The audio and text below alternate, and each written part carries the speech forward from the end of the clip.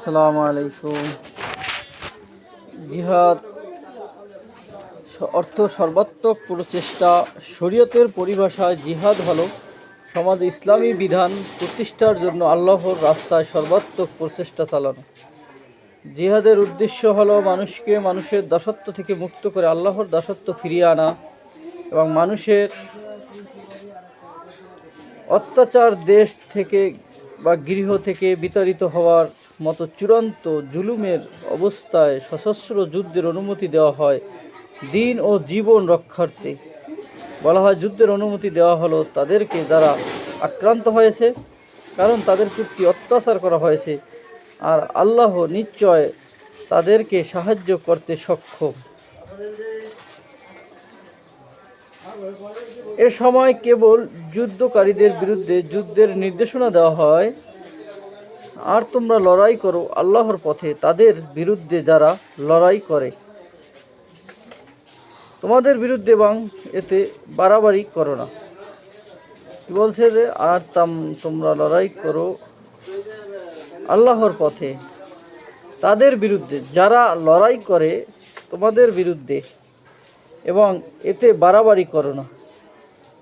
নিশ্চয় আল্লাহ সীমালঙ্ঘনকারীদের ভালোবাসেন না। শুধুমাত্র পরকালীন স্বার্থেই জিহাদ হবে, দুনিয়াবী কোনো স্বার্থে নয়। আর আল্লাহর জমিনে আল্লাহর দিন কায়েমের জন্য জিহাদকে ফরজ করা হয়েছে। আর যারা যুদ্ধ করে কেবল তাদের বিরুদ্ধেই যুদ্ধ করতে হবে। যারা জুলুম করে, অত্যাচার করে, নির্যাতন করে, ঘর ছাড়া করে, তাদের বিরুদ্ধেই যুদ্ধের ডাক দিতে হবে এবং তাদের বিরুদ্ধেই যুদ্ধ করতে হবে, তাদের বিরুদ্ধে লড়াই করতে হবে। মুনাফিকের বিরুদ্ধে লড়াই হবে, মুনাফিকের বিরুদ্ধেই যুদ্ধ হবে। যুদ্ধকালে নির্দেশনা দেওয়া হয় তোমরা আল্লাহর নাম ও আল্লাহর রাস্তায় যুদ্ধ করো, এবং তাদের বিরুদ্ধে যারা আল্লাহর সাথে কুফরি করে, শিরক করে, আল্লাহর সাথে নাফরমানি করে এবং আল্লাহর হুকুম বাস্তবায়ন করতে দেয় না, তাদের সাথে যুদ্ধ করো, কিন্তু গনিমতের মাল খেয়ানত করো না, চুক্তি ভঙ্গ করো না, শত্রু অঙ্গহানি করো না, শিশুদেরও উপাসনালয়কারীদের হত্যা করো না। ইসলাম এত সুন্দরভাবে বর্ণনা দিয়েছে শিশুদের এবং যারা ধর্মীয় উপাসনালয় আছেন তাদেরকে হত্যা করতে না বলছে। কোনো মুসলিম যদি কুফর শক্তির দোসর হিসাবে কাজ করে তাহলে তার বিরুদ্ধে কঠোর হতে হবে, এ নির্দেশও দেওয়া হয়েছে। আল্লাহ বলেন, হে নবী, আপনি জিহাদ করেন কাফির ও মুনাফিকদের বিরুদ্ধে। এবং আল্লাহ বলেছেন যে নবী, আপনি জিহাদ করেন কাফির ও মুনাফিকদের বিরুদ্ধে এবং তাদের উপর কঠোর হন, তাদের ঠিকানা হলো জাহান্নাম, আর কতই না মন্দ ঠিকানা সেটি।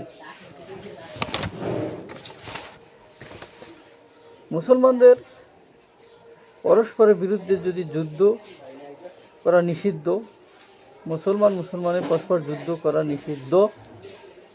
কোনো কারণে যুদ্ধ লাগলে অন্যদের দায়িত্ব হয় উভয় পক্ষকে থামানো, মীমাংসা করে দেওয়া, তাদের মধ্যে সংযত থাকার আহ্বান জানানো, নইলে বিরত থাকা। মুসলমানে যুদ্ধ করা আল্লাহ পাক নিষিদ্ধ করেছে। যদি কোনো কারণে দ্বন্দ্ব লেগে থাকে, যদি কোনো কারণে তাদের ভিতর যুদ্ধ বা হাঙ্গামা লেগে থাকে, তাহলে অন্য যারা আছে তাদের উচিত দুই পক্ষকে মিলিয়ে দেওয়া এবং থামিয়ে দেওয়া এবং মীমাংসা করে দেওয়া। কিন্তু যুদ্ধের সামষ্টিকভাবে আমরা যুদ্ধকে বুঝি যে জিহাদ অর্থ সর্বাত্মক প্রচেষ্টা। আল্লাহ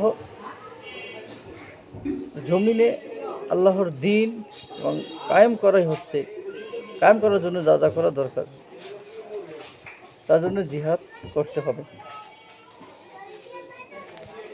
জমিন আল্লাহর, পৃথিবী আল্লাহর, আসমান আল্লাহ, সবই আল্লাহর, আইনও হবে একমাত্র আল্লাহর।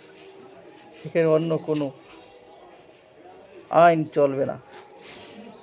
যদি অন্য কোনো আইন চলে সেজন্যই জিহাদে নামতে হবে। তাই জিহাদ শরীয়তের পরিভাষায় জিহাদ হলো সমাজ ইসলামী বিধান প্রতিষ্ঠার জন্য আল্লাহর রাস্তায় সর্বাত্মক প্রচেষ্টা চালানো এবং মানুষের দাসত্ব থেকে মুক্ত করে আল্লাহর দাসত্বে ফিরিয়ে আনা, মানুষের সাম্য ন্যায় বিচার প্রতিষ্ঠা করা, ন্যায় বিচার প্রতিষ্ঠা করতে হবে। আর আমরা যেন আল্লাহর দ্বীন এই জমিনে বাস্তবায়ন করতে পারি, সেই লক্ষ্যে কাজ করতে হবে এবং আল্লাহর কোরআনের আইন অনুযায়ী এই পৃথিবীর শাসন চলবে। যখনই আল্লাহর আইন চলবে না, তখনই পৃথিবীতে মারামারি, কাটাকাটি, হাঙ্গামা দাঙ্গামা লেগেই থাকবে। তখন পৃথিবীতে অবিচার বেড়ে যাবে। আজ এ পর্যন্ত। আল্লাহ হাফেজ।